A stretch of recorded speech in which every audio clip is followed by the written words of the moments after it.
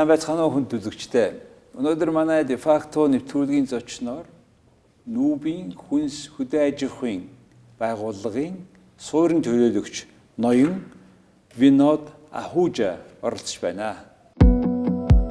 Vinod Ahuja нэгдсэн үндэсний байгууллагын Хүнс Хөдөө Аж Ахуйн Байгууллагын суурин төлөөлөгч. Vinod Ahuja Америк нэгдсэн улсын Мэрилендийн их сургуулийн докторийн зэрэгтэй, Эдүгээ улсын Хөдөө Аж Ахуй технологийн сургуулийг магистрийн зэрэгтэй тус төгсжээ. Тэрээр нэгдсэн үндэсний байгууллагын Хүнс Хөдөө Аж Ахуйн Байгууллагад мэрэгжилтэн, Эдүгээгийн менежментийн их сургуульд эдийн засгийн профессор, Дэлхийн банкны Вашингтон дахь оффист эдийн засагч зөвлөхөөр тус ажиллаж байсан. Vinod Ahujаг Азийн газар тариалан сүүн бүтээгдэхүүний үйлдвэрлэлийн хөгжилд оруулсан хувь нэмрийг үнэлэн Asian Dairy Personality Award 2016 шагналаар шагнаж байжээ.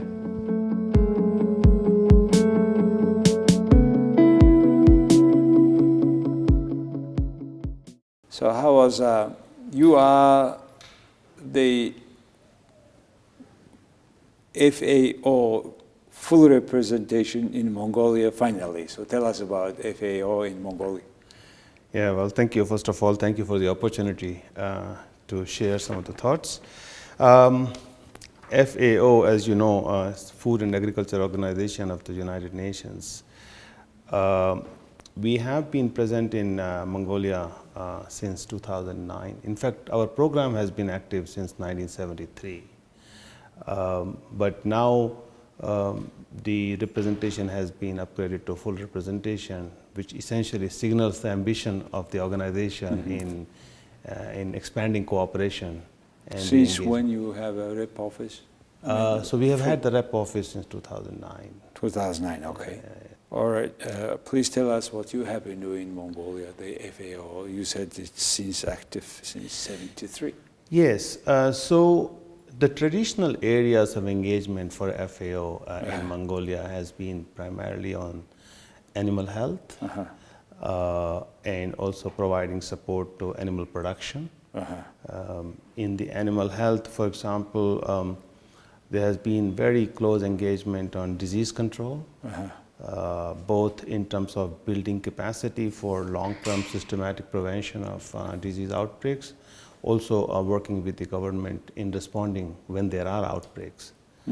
For example, in September 2016, Mongolia reported its first outbreak of sheep and goat pox and PPR, which is a very fatal disease for small ruminants.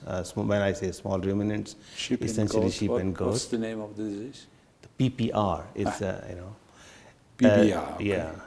So at that time, FAO mobilized a mission from, we have a crisis management center on animal health. So we mobilized some support from there, because this was actually beginning to spill over to wildlife and some of the endangered species. That was really very dangerous. Usually before we had kind of foot and mouth disease. Foot and mouth disease, it's for larger animals, right? Yes, foot and mouth disease is for larger animals. This is a disease which actually affects productivity. And it's also, it limits trade because this is, if you have FMD in your country, then you're practically shut out of trade in animal products. And for this small sheep and goat, the BBI is only from September 2016. That was the first time that Mongolia actually reported the outbreak. How often is it happening around the world? It happens. It's been more happening in Africa. It has not. The outbreaks have not been very frequent in this part of the world. Particularly in Mongolia, it hasn't been.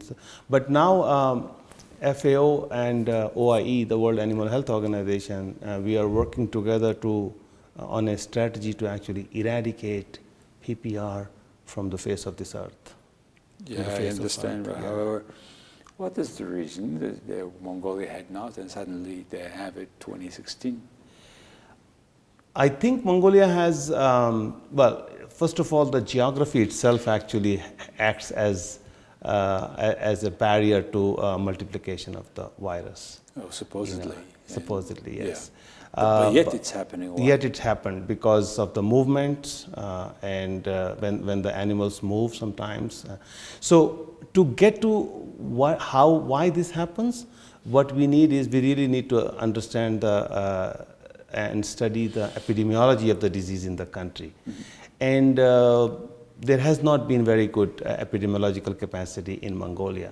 That's an area that we are also going to work with Mongolia in going into the future. As we talk today, we actually have a mission which is looking into the epidemiological capacity and mapping the epidemiological capacity both on the technology and human resources side. So we need to build capacity to understand better why diseases are, why certain disease outbreaks are happening, and how the diseases are spreading. And we don't understand? We don't understand it fully yet. Yes. Why? Because I think the capacity, the veterinary capacity at the SOM levels and at the IMAC levels. We don't have sufficient capacity to understand the disease epidemiologies of different kind of diseases. Well, for that, we, during the socialist time, as now people talk, we had much better system. Yes, perhaps. Maybe I don't have full familiarity with the system that existed during the socialist times. But in the recent past, certainly I think there is the veterinary capacity at the IMAG and the SOM level is not sufficient. How is you, if you compare to many similar countries, in which terms it is to be measured, the capacity? The capacity is to be measured in terms of, first of all, the human capacity, whether do we have sufficient personnel and whether do we have the adequately trained personnel on the ground. Do we have the laboratory capacity? And do we have sufficient programs for awareness building and those sort of things? So, we look at capacity in a larger sense, human capacity as well as physical infrastructure capacity on the laboratory side. Now, have you made ever study? At which level we are with this human capacity, for example? So that's the assessment we are doing now. In earlier, there was an assessment of the veterinary services in general, and that we had presented to the government. But specifically on the epidemiology side, we are now starting that assessment. When you will finish the study? We expect to have it very, very soon, perhaps within the next 1 or 2 months. Well, so by the 19th, we will have already this report. Yes. And, okay, let's say you identify certain capacity missing, etc. Then let's have a training and the people and everything. Let's buy some labs necessarily, maybe in the regions, 1, 2, I don't know. But how to get sustainable all this? Is it the budget issue? How to get connected with this business itself, farming? That's a very big question, right? So, as you know, Mongolia recently passed the animal health law. So now we have a new agency which is responsible for all of these issues, including disease prevention, control, and so on. Animal health law, yes. Okay. So there is a new agency that has been set up, which is the General Agency for Veterinary Services. So what we want to do is really work with them in building their capacity. Because they have to emerge, they have to become the leader. And my ambition really here is that we can not only work directly with them, FAO and Government of Mongolia, but we can also bring other development partners together. I understand, but this animal health law, are they very common, or what was the reason? Why? Well, their animal health legislation existed even before this law, clearly. But I think in other countries, do they have laws for that? Yes, there certainly are. There are laws to their legislation and laws. Why they would not have until now? No, they had legislations, they had laws, but I think what has happened is this animal health law actually brings many of these together and empowers one agency in responding. Earlier, there was a certain degree of fragmentation in terms of who will do the control, who is responsible for what. This has brought together that and provided a more sort of centralized command to animal disease Very control. strange, because until now, the animal husbandry in Mongolia, our herds to be the basis of our life, and we don't know, we don't have even an agency that can kind of overview or supervise everything what's happening. That's really bizarre. So, okay, we know Mongolians create laws and agencies, then happens nothing. Hopefully it will not be the case. So what is now other things you are focusing on? So this, as I said, this is a traditional area that we have engaged, and we will deepen that engagement. But we want to go beyond that and look at how the entire food system is actually changing. Because, you know, if you look back maybe 20, 30 years ago, 40 years ago, the way we perceived agriculture is very different than we do now. The focus is no longer on just maximizing production. The focus is on delivering nutrition and delivering nutrition in a way that we don't compromise our natural resources, because the population is growing. We have more urban population now, more prosperous. So the demand, the kind of demands that people have for food is changing now. We want high quality diet, we want protein, we want to. So I think what we need to see is how do we develop our sector in a way that responds to changing food systems in a more sustainable way. What can we do? There's lots of areas to engage. One is, of course, to bring in techniques which are more productive, which do not impose disproportionate costs on the environment. Production models which are more sustainable. For example, you know, at FAO we always talk about small herders and small farmers, because they are the ones who actually practice more integrated farming. We are not a big supporter of industrialized model of farming. You know, so that's one area. You are not in favor of smaller size? No, we are not in favor of industrial models of production. Okay, okay. Yeah. We actually very much in favor of smallholder driven integrated farming, because they are the ones who, well, first of all, there is evidence from a number of countries that the environmental costs of large scale industrial production systems are quite high. Okay. Small farmers, on the other hand, actually, the practices that they have are much more environmentally friendly. Okay. This contributes to food security at the household Well, that's level. exactly mostly you need in Mongolia. That we are smaller anyway. Yes. And all so much fragmented. Yes. And we say some herds may have only 200 herds, smaller, bigger. Some over 1,000. We call it thousanders. Whether it's a good term or not, I don't know. And plus, many of these people are just taking care of herds that belong to our here, mostly public offices, so, or other rich companies. So, I mean, all this together creates different democracy. I mean, that creates completely new challenges in terms of pasture land, which is kind of overgrazed now. How you see that in those conditions? I think the pasture lands is a serious issue in Mongolia. I mean, you know, if you look at the statistics, almost 10 to 15% of the land is already gone beyond reversible degradation. But we still have a large proportion of land which can be, where the degradation can be reversed. So we really have to do something about it. There have been quite a debate about bringing in new legislation to prevent further degradation. I think in principle, we agree that we need to have a certain kind of legislation to prevent further degradation. Also to work with with the partners in actually. But this is it creates this ownership issue of land. Yes, there is an. So what is the variables where nomadic country share and yet consume it in the right way?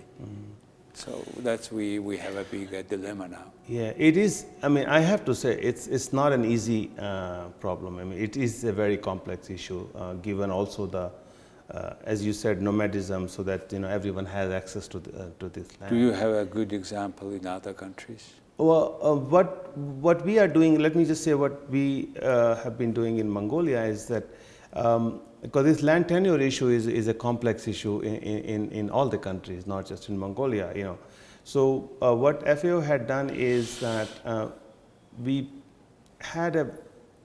started some consultation in 2009 at the global level, and in 2012 we came out with what is called the voluntary guidelines for responsible management of land and tenure. And there really is, the idea was to come up with acceptable guidelines which will actually protect the tenure security and the rights of small farmers and indigenous people, but at the same time protect the environment. These are globally accepted guidelines. In Mongolia then we have actually used these to carry out consultations with herders about land tenure issues in Mongolia. And what we are realizing is that there is growing recognition for better management of pastures, and there's also growing recognition of the need for legislation for this. So this is where we are supporting the government in terms of creating better consensus on sort of legislative measures for better control. Okay, this is the issue by pasture land, and also because this is a vast territory, and I don't talk about only a few farms around Ulaanbaatar city, which is becoming bigger. It's kind of more industrialized stuff what we're talking about.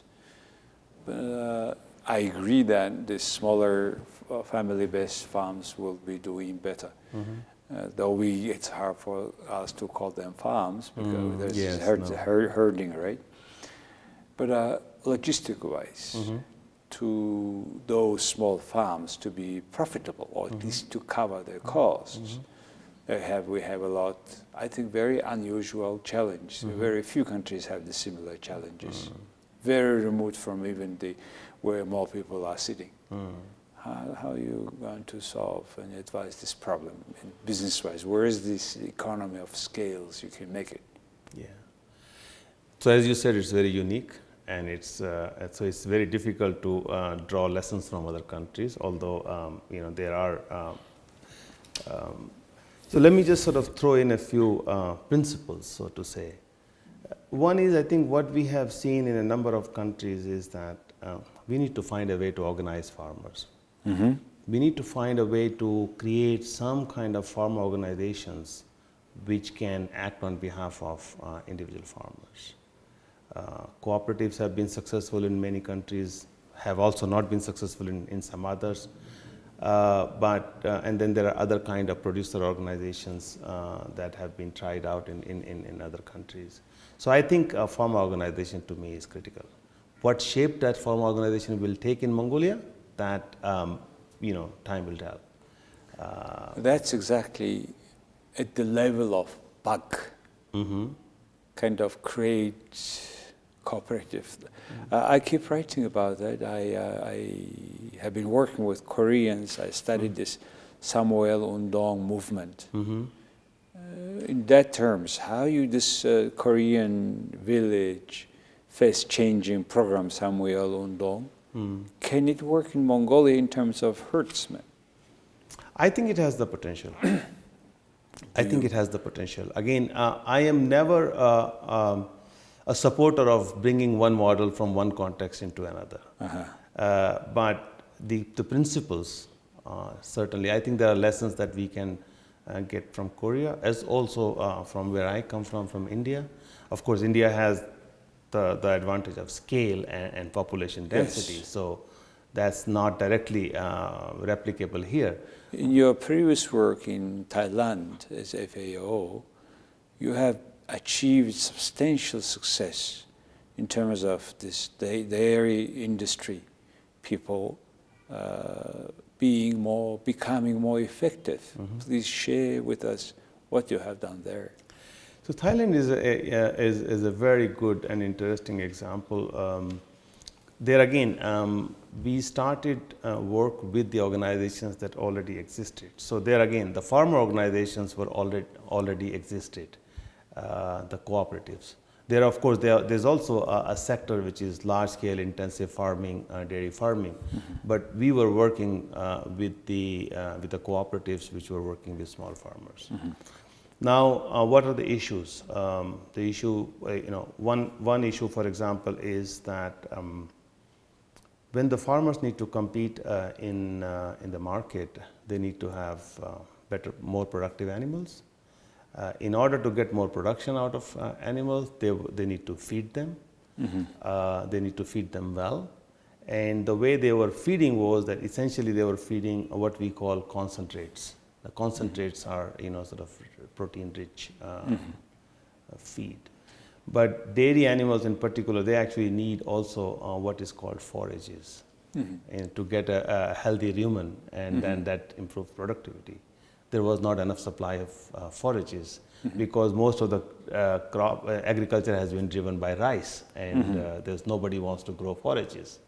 So we tied up with the cooperatives, with the university, with the Department of Livestock, and we created a model, and we called it the one-stop shop for providing them technical advice, for providing them sort of some basic supplies in terms of forage seedlings and those sort of things. What is forage? Forage is these are like sort of high protein grasses, long ones. Yeah. Grasses? Grasses. Grasses, high protein. So it's not the grass that you normally see, but these are the fodder crops. Yeah. But this is generally the concentrates are like soybeans and sort of feed which is rich in oils and protein. And then you have these forages which is persimmon and lucerne, and these are the fodder crops. Okay.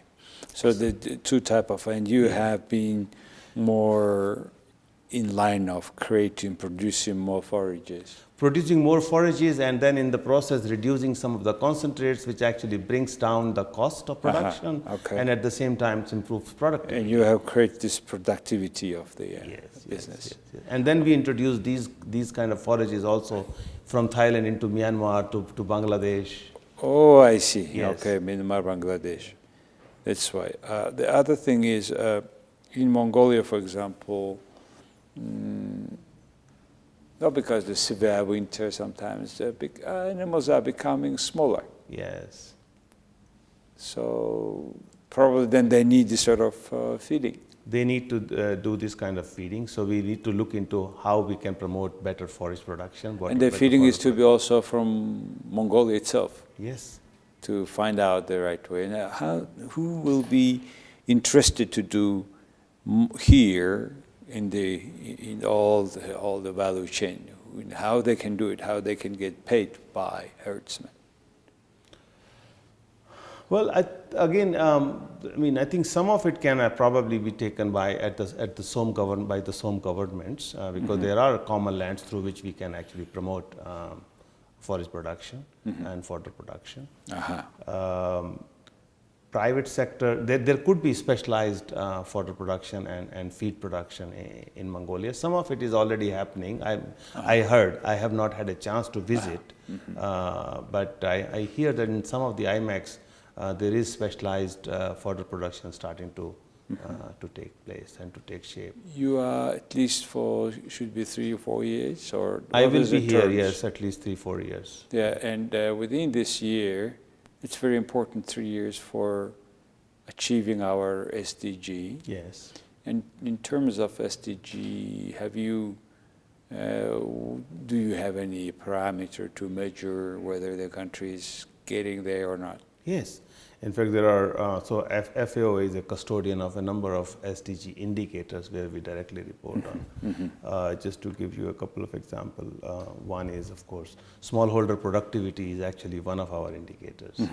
The level of undernourishment is another indicator that we have. We have what is something called food insecurity experience scale. How are people experiencing food insecurity? So that scale we have. So there are a number of indicators. They have some on water and so on. Then along with the traditional things inside of the country, now we have to do with, in terms of food security, something to check at our border with China, where we receive everything with the bag. So we all together need to address this issue. Yes. Then many argue that this is the way of their living and they cannot limit, control, or whatever they bring, which don't give us a guarantee. Yes, but then that's a question of more sort of bilateral cooperation and actually agreeing on procedures at the border. This happens in a number of countries. Thailand, Myanmar, similar story.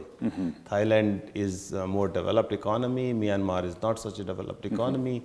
But then there is strong cooperation and at the border, in the border agencies, to not just regulate or to not just prohibit, but actually to manage well. And when I say manage well, provide necessary technical support to those who are crossing the borders, be it herders, be it other traders, bringing in more transparency in the way the goods cross, and so on. So a lot of the cross-border cooperation needs to be promoted. Again, it needs to happen by a number of other agencies, including FAO. But let me also say that, because you talked about me being here for 3 or 4 years, and I also have ambitions to bring in something new to this country. That's what I was going to ask you. So what example? What, for example? So there are 2 areas that I'm really looking at the moment. One is, of course, one is not very new, the climate change area, where we have had some engagement, but I would like to deepen my engagement, because I think, to me, Mongolia is very unique in the way the climate change is unfolding. The other area that I would like to look at, frankly, is this role of information and communication technology in agriculture. Because what we call at FAO e-agriculture, the technologies like blockchains, as to how we can bring them in to bring more transparency across value chains.